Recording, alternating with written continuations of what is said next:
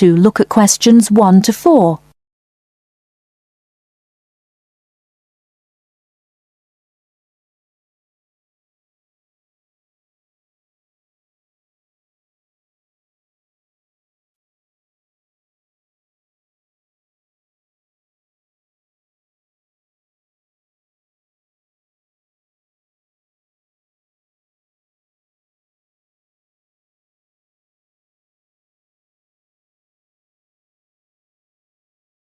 Listen carefully and answer questions 1 to 4.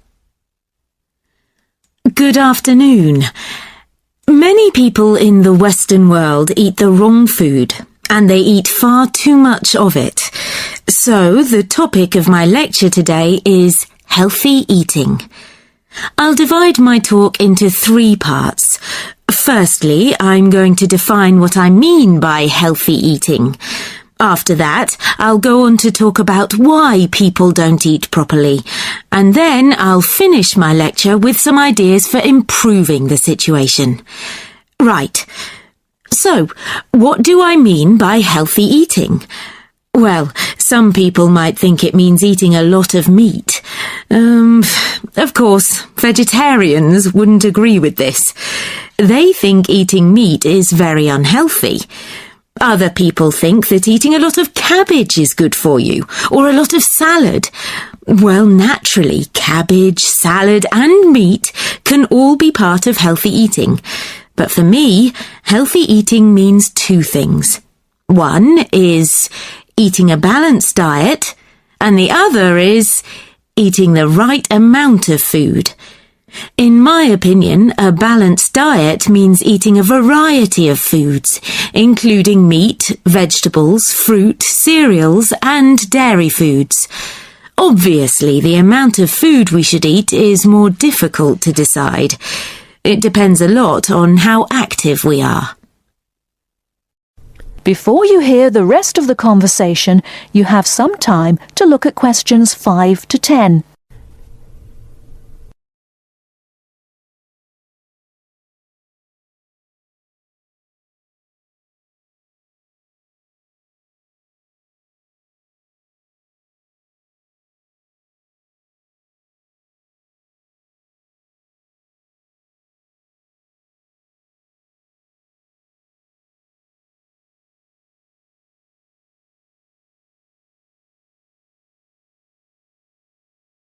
Now listen and answer questions 5 to 10.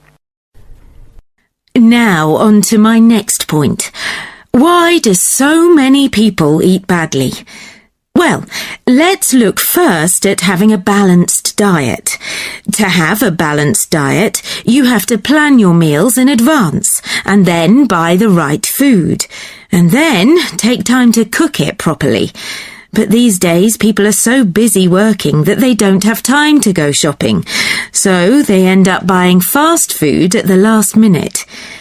Another reason people don't eat well nowadays is that it's actually cheaper to buy food already prepared in a packet.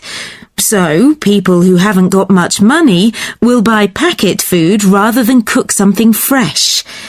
And a final reason why people don't eat healthily is that they don't know how to. In my opinion, schools don't do nearly enough to educate their pupils in healthy eating habits. And now to my third and last point. What can we do to solve the problem? Well, I think it can be solved by 3 main groups: families, schools, and the government. To start with, parents should make sure their children have a healthy diet. Secondly, a lot of schools have self-service machines where their pupils can buy soft drinks, crisps, sweets and chocolates. I think schools should change what they sell in these machines. Another thing schools can do is make sure that the food they serve in their canteens is fresh and well balanced. And to finish, I'll briefly mention 2 of the measures I think the government should take to encourage healthy eating. One is to limit advertising unhealthy food, and the other is to spend more money on educating the public about the benefits of a healthy diet. In my next lecture, I'll go into more detail about them. That is the end of part 1. You now have half a minute to check your answers.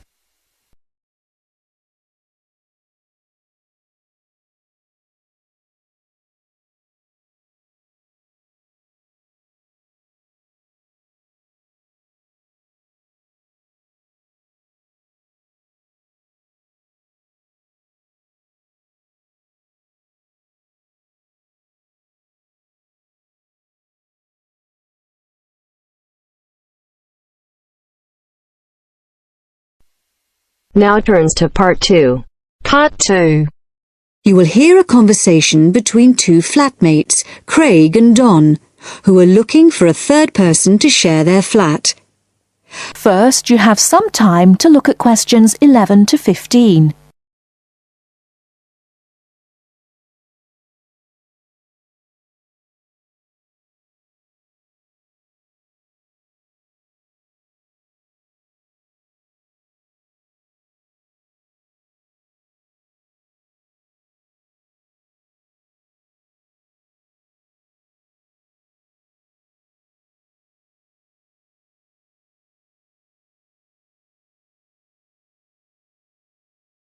Now, listen carefully and answer questions 11 to 15. Hi, Craig. Been home long? Yeah, quite a time. Did anyone phone about renting the spare room? Yeah, we've had 3 phone calls about it. Really? Yeah. Do you want to hear about them? Sure. Right. The first one was called Phil Parrott. Uh-huh. He's a teacher. He's just qualified and he teaches sports. Okay. Actually, I'm not sure about him.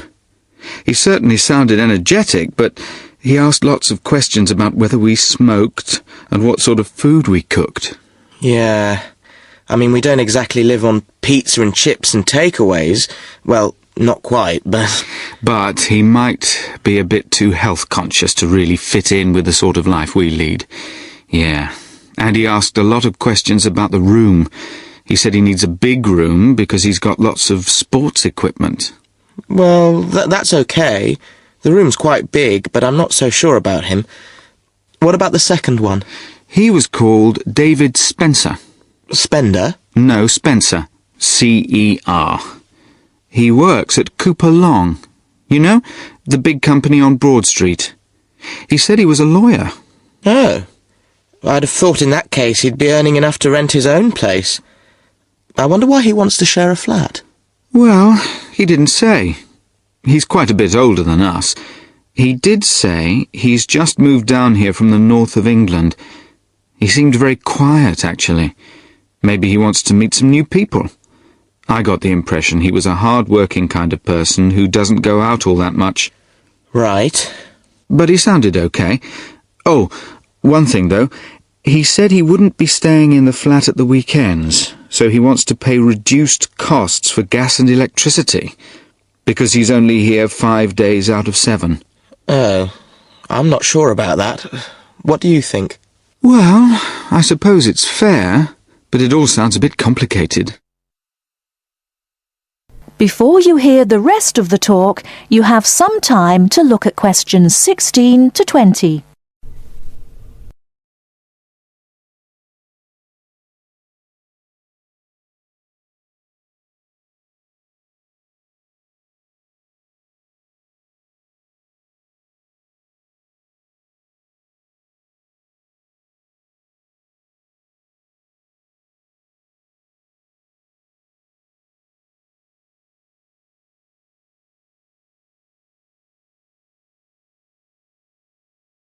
Now listen and answer questions 16 to 20. Anyway, there was a third person, Leo Norris. Yes? He's an engineer. Oh, yeah? And he's about our age. Right. What did he sound like? Well, actually, he was really funny. I couldn't stop laughing when I was talking to him. He said he was very lazy and never got up until noon at weekends, and I said that wouldn't be a problem here. No, certainly not. But actually, I suspect he was joking when he said he was lazy. I think he lives life as it comes. He's certainly not competitive or stressed. but he likes cycling and things like that. He sounds like an outdoor type. Anyway, I thought he sounded as if he'd fit in. He wanted to check if there was somewhere safe for his bicycle. That's not a problem. No, he can leave it in the garage with my car. So did you get his contact details? Yes, he left his mobile number. It's 0777 687 2433. And does he want to move in straight away? Well, he's paid his rent in his present place up to the 31st of September, but he said that if possible he'd like to move in a bit before then. He said the 28th of September. And he was okay about the rent? Yeah, he said it was fine. Right. So shall we give him a ring and see if he wants to come round and... That is the end of part 2. You now have half a minute to check your answers.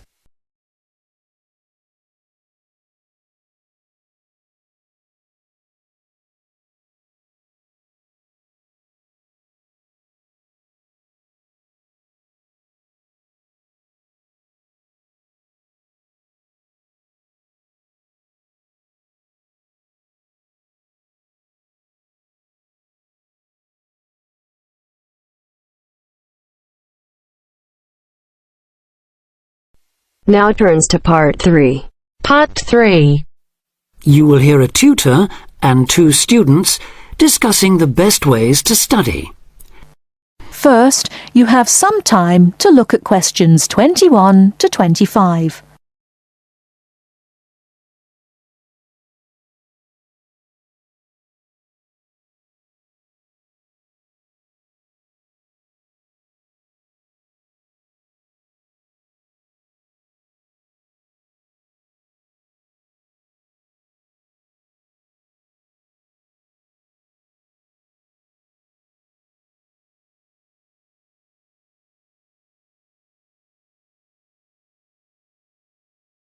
Now listen carefully and answer questions 21 to 25. Well, how are you both settling in? Fine. Yes, no problems. So far, anyway. Good. Remember that as your personal tutor, I'm here to help you if you do have any difficulties. Now, as you know, lectures start on Monday, so I thought we'd look at a few ways of making the most of them, especially in terms of the notes you take. Let's begin by thinking about what you can do before you even go to the lecture. Any ideas? Make sure you're up to date with all the background reading, so you know plenty about the subject already. Yes, that's essential. The lecturer will assume you have that knowledge. Anything else, Carlos? Well, check what the topic's going to be. Of the lecture, that is. I'd go a bit further than that and consider what the content may be. Then you could ask yourself some questions that you want answering and listen out for the relevant information during the lecture. Okay. Now that brings us to the lecture itself and the actual business of writing notes. But there's a lot to deal with there, so we'll come back to that later. What I'd like to do for the moment is continue with the process of note-taking and move on to the next stage. Any suggestions for what that might be? When the lecture is over, you mean? Yes, once you're able to sit down somewhere quiet with your notes. Read them? More than that, you need to make sure they'll still make sense to you weeks, months later. Edit them? Yes, that's what's needed. It's well worth spending a few minutes on it. Any missing words, anything difficult to read, things you didn't have time to jot down, now is the time to do so, while everything's still fresh in your mind. Right. And after that, when's the best time to revise them? When do you think, Carlos? I'd say just before the next lecture, in the same subject. Precisely. That's a vital time to look at them again, for obvious reasons. But it's definitely not the only time. When should you revise them again? A month later, maybe? Sooner, and much more often than that. I'd recommend you look at them again once a week. That's why it's so important they're complete and easy to follow.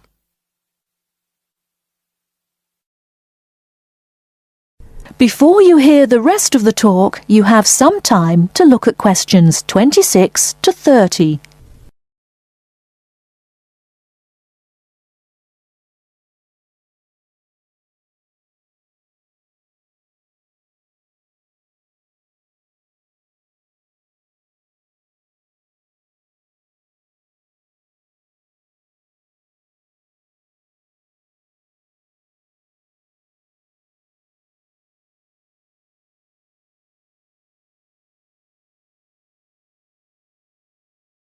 Now listen and answer questions 26 to 30. Right. Let's go back to note-taking and begin with the basics before the lecture has even started. What should you do when you walk into the room? Get a good seat, at the front if you can, where you can hear clearly and avoid distractions. Yes, though obviously others will have had the same idea, so it's as well to get there a bit early. So, when the lecture's underway and you're busy jotting things down, what should you try to ensure? That you're getting all the main points. And what if you don't catch something you know must be important? I'd leave a space. Then I could check it later, perhaps by asking a question at the end and fill it in afterwards. That's an excellent way to deal with it, yes. And there's something else I'd like to mention here. Talking about going through notes afterwards, it's absolutely vital that what you write is legible for one very good reason. It saves time. You'll waste many hours during the course if your revision is held up because you can't read what you've written. Okay, what else can we do to make listening and note-taking more efficient? Well, I always listen out for signpost words. Sorry, what are they? They're the ones lecturers use to say where they're going. A bit like a signpost at a road junction, I suppose. Things like, the first reason is, however, to sum up, and so on. Yes, they can tell you when something important is coming, and help you organize your notes, too. Is there anything else you can add, Carlos? There's something I think's very useful, but it's later, after the lecture is finished. Yeah, that's fine. Go on. Well, what I do is go through what I've written down, summing up the main points in a few words in the margin, on the left-hand side of the page. I try to use words that'll jog my memory, so that I can remember what everything's about when I look at them again. Yes, that can work very well. What some people do to review their notes is cover up their full notes from the lecture, maybe with a piece of paper or a card, and concentrate just on what they've put in the margin, trying to recall the details. Then they move the cover down a little and check whether they were right.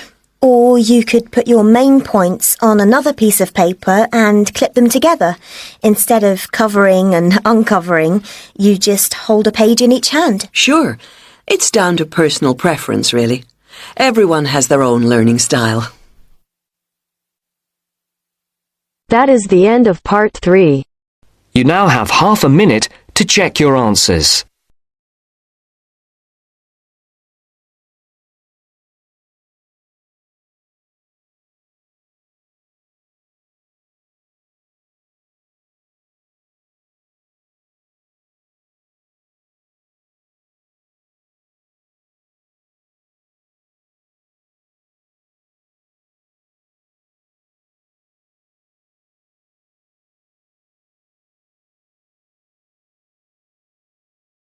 Now turns to part 4. Part 4. Section 4. You will hear part of a lecture on art history. First, you have some time to look at questions 31 to 40.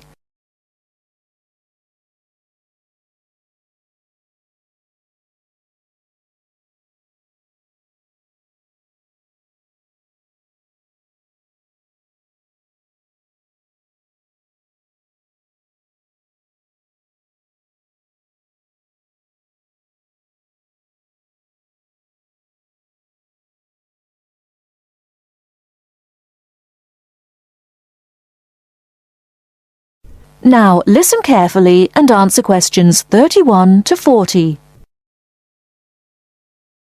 In the last lectures, we looked at the art of the ancient Egyptians, and then considered the art of other ancient Mediterranean civilizations, in particular Greece and Rome. We're now going to return to Egypt to consider a set of very unusual pictures known as the Fayoum portraits. The Fayoum is a lush green area about 100 kilometers west of Cairo. Following the conquest of Egypt by the Greek warrior Alexander the Great in 332 BC, large numbers of businessmen and officials who had come over from Greece settled in this fertile region with their families. They gradually adopted some features of Egyptian culture, including the practice of mummification, embalming the bodies of their dead and wrapping them in linen bandages in order to preserve them as mummies. The name actually comes from an Arabic word meaning an embalmed body. These newcomers made one distinctive innovation, though. After binding the mummy, they laid over the face a picture representing the person inside. The portraits look like oil on canvas, but they were actually produced using a technique called encaustic, where the artist applies pigmented wax to a wooden board with a small spatula.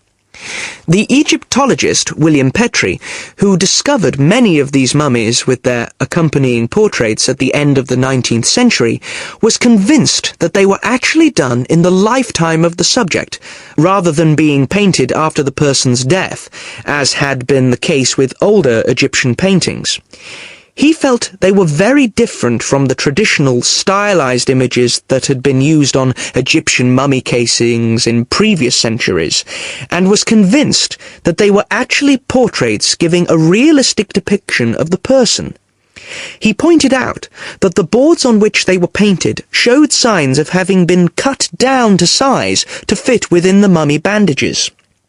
To him, this suggested that they may have originally been larger and been hung in the houses of the owners during their lifetimes.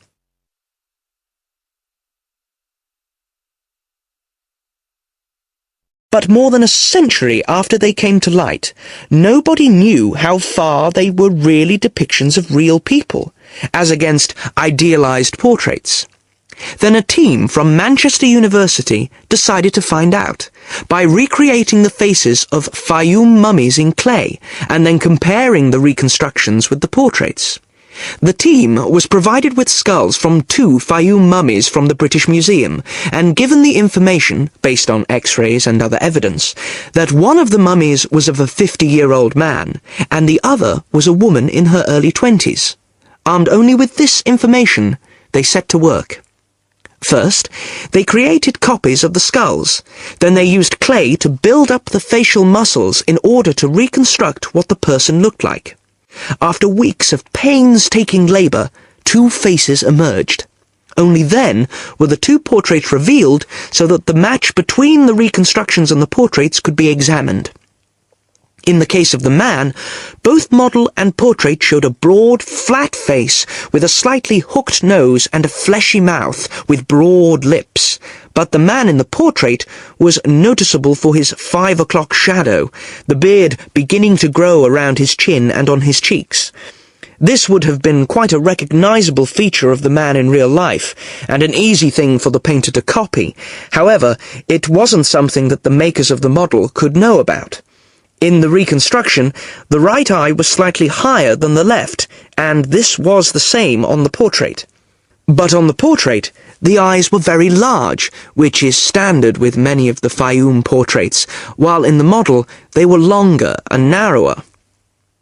The portrait of the woman appeared to be even more of a standard type, with her large eyes, straight nose, and small mouth. These pretty feminine features suggested this could be an idealized woman's face, and yet it proved to match the reconstruction surprisingly closely. The proportions of the lower face corresponded, and so did those of the forehead, though in the portrait the eyes were closer together and larger than in the reconstruction. And in both cases, the head was set on a solid neck, suggesting a more powerful physique than you might have expected from these delicate features. So, Overall, the similarities between the portraits and the models are too close to be accidental. The artists may have started from a standard picture, but attempts were made to modify this to reflect the characteristics of the subject, what gave the face its personal qualities. Obviously, this isn't much of a sample upon which to judge an entire genre of portraiture, but the researchers are convinced that, on the whole, the artists aimed to represent their subjects as they appeared in real life, whether this was flattering to them or not.